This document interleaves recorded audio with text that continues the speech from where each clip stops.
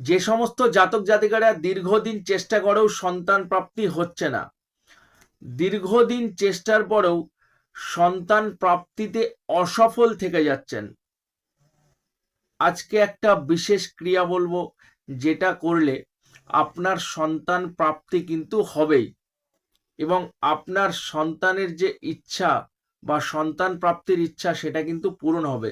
অবশ্যই ভগবান শিবকে মহাশিবরাত্রির পাবন লগ্নে বা মহাশিবরাত্রির দিনে ধুত্রা ফুল অর্পণ করে নিজের মনস্কামনা জানান, এবং এই দিন বারংবার নিরন্তর ওম নমঃ শিবায় মন্ত্রটি যত খুশি বা যতবার খুশি পারেন জপ করতে থাকুন। অবশ্যই পজিটিভ থিঙ্কিং বা পজিটিভ চিন্তা ভাবনা নিয়ে কিন্তু এই কাজটি করবেন, খুব ভালো উপকার পাবেন এবং আপনার সন্তান প্রাপ্তির যোগ হবেই হবে। ভিডিওটা ভালো লাগলে অবশ্যই লাইক কমেন্ট করবেন এবং শেয়ার করবেন।